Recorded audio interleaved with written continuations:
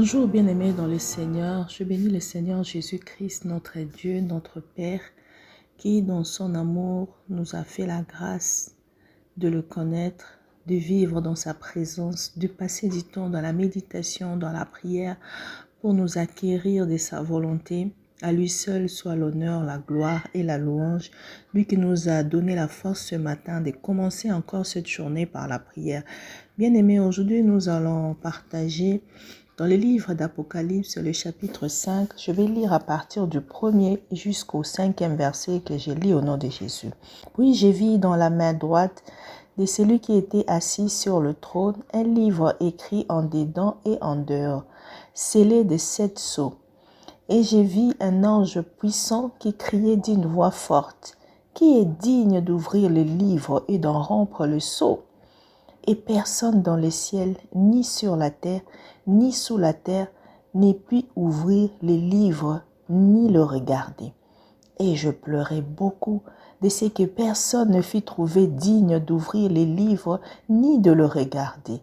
Et l'un des vieillards me dit, « Ne pleure point, voici les lions de la tribu de Juda, les rejetons de David a vaincu pour ouvrir les livres et les 7 sceaux. » Bien-aimés, aujourd'hui, je suis dans la joie parce que de 7 livres que nous avons appris autrefois, c'était nous préparer pour des choses à venir. Mais là, nous sommes en train de partager sur quelque chose qui s'était déjà passé. C'est que nous avons dit que le livre d'Apocalypse nous parle des choses qui sont et des choses qui doivent venir. Alors là, c'est l'explication de l'œuvre de la croix. Bien aimés, aujourd'hui nous allons partager sur Jésus-Christ est digne d'ouvrir les livres scellés et de rompre le sceau. Il est digne d'ouvrir ces livres parce que personne d'autre jadis a pu ouvrir cela.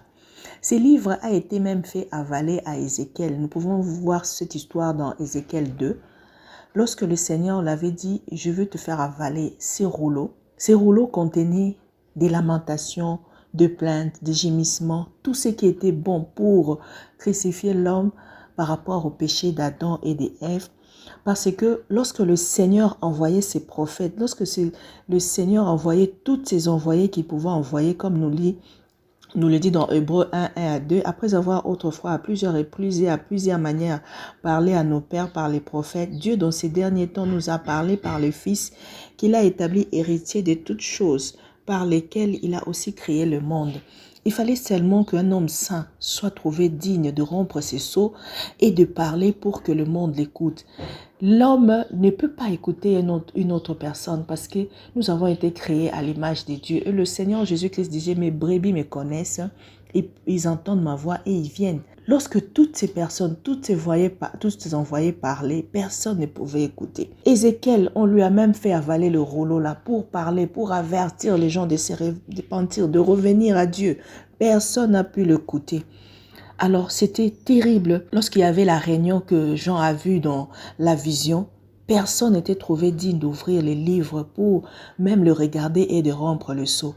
Mais il fallait seulement celui qui était le rejeton de David, qui a vaincu, celui qui a été immolé, puisse le faire.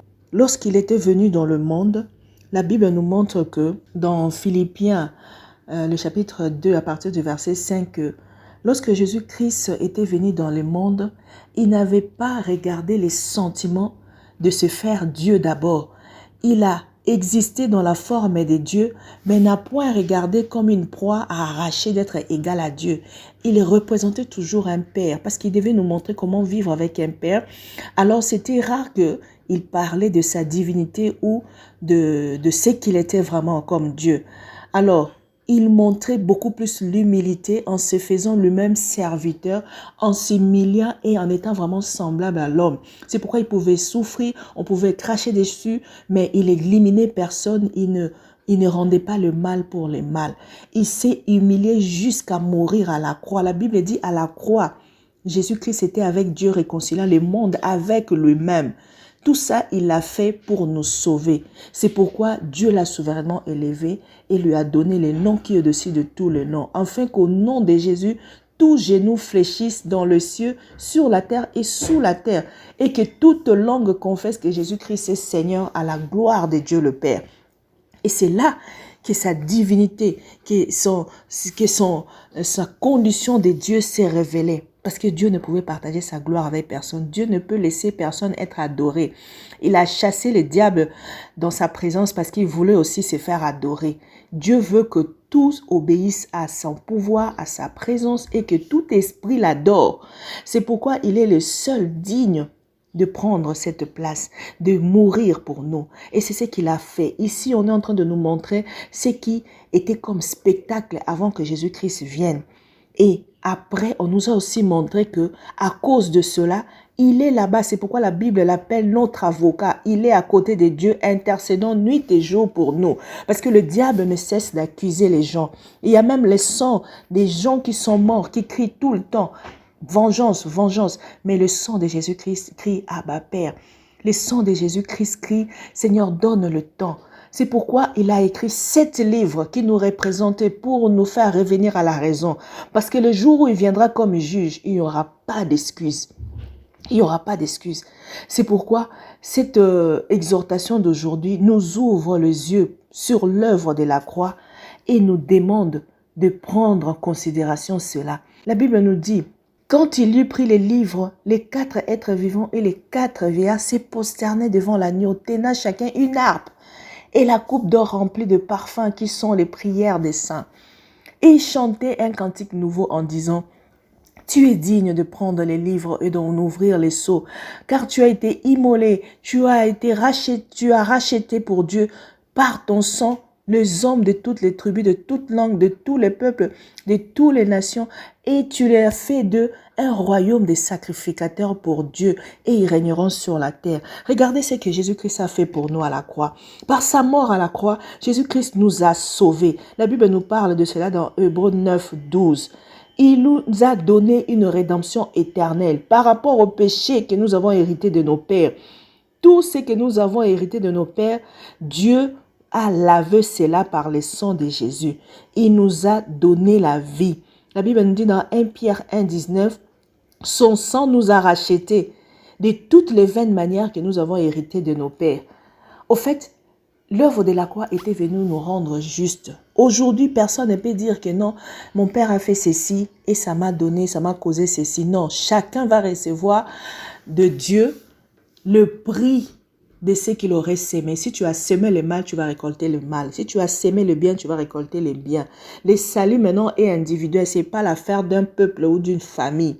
C'est pourquoi nous devons louer le Seigneur de ce qu'il est mort pour nous. Nous devons, comme les anges, nuit et jour, l'adorer, apprendre déjà à l'adorer ici. Parce qu'à lui seul est digne la puissance, la richesse, la force, la sagesse, l'honneur, la louange et la gloire. Mais qu'est-ce que le diable fait pendant ces temps? Il fait de ce que nous puissions même adorer le pain. Ici à l'Occident, il y a même des gens, j'adore le pain, j'adore l'eau. Tout est adoré sauf Dieu. Tout est connu sauf Dieu. Et le diable joue vraiment son jeu pour ramener l'homme à l'inutilité, pour ramener l'homme à blasphémer et à ne pas considérer Dieu, afin que l'homme ne soit pas sauvé. Mais ce message, toi qui l'as écouté, ça t'ouvre les yeux pour savoir que Jésus-Christ, dans son amour, a pris ta place à la croix. Il veut que toi aussi tu viennes t'asseoir avec lui. Parce qu'il a dit, moi j'ai vaincu et je suis assis au trône avec mon Père. Je veux que toi aussi tu puisses vaincre pour t'asseoir avec moi. C'est pourquoi il dit, à celui qui vaincra, il viendra s'asseoir avec moi dans le trône de mon Père. Et il veut que nous puissions contrôler, diriger la nouvelle Jérusalem qui sera la nouvelle terre à venir. Bien-aimé, si tu veux continuer une vie éternelle, parce que la vie ne s'arrête pas à ce qu'on voit ici. Cette vie qu'on vit là, c'est la plus courte des vies qui existent. Si tu veux qu'un jour tu continues à vivre tellement dans le bonheur que même tu ne peux pas avoir dans ce monde, mais éternellement avec Jésus-Christ, bien-aimé, bats-toi pour crucifier ta chair afin de finir avec le péché, afin que pour les siècles et les siècles, nous puissions passer le temps avec Jésus-Christ dans son trône, lui rendant gloire, louange et honneur et force, car lui subsiste à jamais. Il est vivant et à l'œuvre. Et si tu crois en lui, tu es sauvé, tu es passé de la mort à la vie. Et si tu marches dans son amour, tu as fini avec le péché, car celui qui aime son prochain, il a fini avec le péché. car l'amour est l'accomplissement de toute la loi. Il ne t'a pas crucifié en te donnant plusieurs lois. Il a banni la loi. Il a banni les péchés d'Adam et Ève. Il t'a donné la force de résister. Il a fait de toi ce que lui-même veut que tu sois, un Dieu sur la terre, pour que tu puisses régner, contrôler, pour que tu puisses bien remplir la mission de dominer et de gagner les âmes, afin que tous nous puissions l'adorer. Qu'est-ce que tu en fais? C'est pourquoi si tu as attendu cette parole, nous allons prier au nom de Jésus-Christ. Éternel Dieu de gloire, je te bénis de ce que tu es bon. Je te bénis de ce que personne n'a été trouvé digne d'ouvrir les livres et de rompre le sceau. Toi seul s'était trouvé digne parce que tu es notre Dieu. Tu es celui qui nous a créés. Tu nous connais mieux que nous-mêmes et tu es saint. Par ta sainteté, tu nous as sauvés à la croix. Il fallait un homme saint, un agneau saint, sans tache. Et toi, tu es cet agneau qui s'était trouvé digne, cet agneau sans tache pour nous sauver et de rompre le sceau. Parce que personne, aucun prophète a pu sauver qui que ce soit. Aucun messager du passé, si ce n'est que toi. C'est pourquoi maintenant que tu te révélais à nous, il n'y aura plus d'excuses. Maintenant que tu as tout sauvé, personne ne pourra avoir des excuses devant ta face lorsque tu reviendras bientôt. C'est pourquoi tu nous montres l'œuvre que tu as fait à la croix. Tu nous montres tout ce que tu as pu endurer. Seigneur, comme le vieillard et tous les êtres qui demeurent dans ton trône, nous voulons apprendre l'humilité. Comme toi, tu nous l'as si bien montré pendant ton pèlerinage sur la terre. La Bible nous dit, tu t'étais humilié, te rendant obéissant jusqu'à la mort. Quelqu'un qu'on a mené à la mort, mais tu allais comme un agneau qu'on amène à la boucherie, sans faire un bruit, sans crier au secours, pour que moi je sois sauvé, pour que mon frère et ma soeur soient sauvés. Que cela, Seigneur, soit gravé dans nos vies, dans nos sangs, dans nos racines, pour qu'en aucun cas, nous puissions laisser la chair et ses désirs croître à nous pour que nous puissions nous perdre. Seigneur, tu nous as montré le chemin où nous allons crucifier la chair. Tu nous as montré les faiblesses de la chair. Si tu la dépouilles de tout ce qu'elle veut, si tu la dépouilles de tout ce qu'il désire comme convoitise, c'est fini avec le péché. Et tu as été un homme. La Bible dit que tu étais semblable à un homme. Puis tu as été humble. Tu étais simple. Tu n'as pas cherché les richesses de ce monde. Tu nous as montré que ce monde n'est rien, car au ciel, nous aurons des richesses éternelles. Tout ce que nous pouvons avoir dans ce monde va passer. Le monde et tout ce qu'elle renferme va passer. Mais toi, tu ne passeras pas. Ton royaume ne passera pas. Tu as dit, je m'en vais préparer pour vous des lieux. Seigneur, ces lieux-là sont éternels. Tu as fait de nous un royaume de sacrificateurs pour que nous puissions, Seigneur, oh Dieu, être comme toi. Dans ce monde, nous devons, Seigneur, apprendre à faire du bien, à gagner les âmes, à prier, à manifester Jésus-Christ pour que beaucoup aussi soient sauvés, afin que dans la nouvelle Jérusalem, nous puissions avoir des trônes. Car dans cette Jérusalem nouvelle, dans ton trône, il y a aussi d'autres petits trônes. Oh Seigneur, et il y a beaucoup de gens autour qui nuit et jour te louent. Nous voulons, Seigneur, oh Dieu, ne pas rater ces grands événements. Nous voulons, Seigneur, que tu nous aides à comprendre ces choses et à garder notre foi en toi, à te regarder, Seigneur, oh Dieu, comme une couronne à gagner, afin de courir tous les jours, afin de marcher tout le jour. Si quelqu'un pouvait connaître les jours de sa mort, il s'apprêterait en conséquence. Mais comme nous ne connaissons ni l'heure, ni les jours de la fin du monde, car la fin de ton monde peut aussi être ta mort. Si on pouvait connaître ça, les gens attendraient les jours J pour se repentir.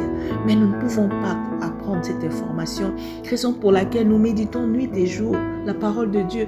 Donne-nous la force de demeurer dans ta présence, de te chercher, de te louer, de te reconnaître dans notre vie et de parfaire nos vies en lavant tout le temps nos robes, en demandant, Seigneur, oh Dieu, pardon lorsque nous péchons et que le péché soit un accident pour un enfant de Dieu, pas la pratique. Seigneur, tu as tout mis pour que nous puissions gagner le ciel.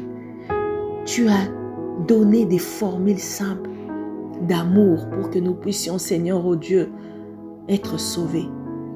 Mais nous sommes toujours attirés par le mal et par des futilités.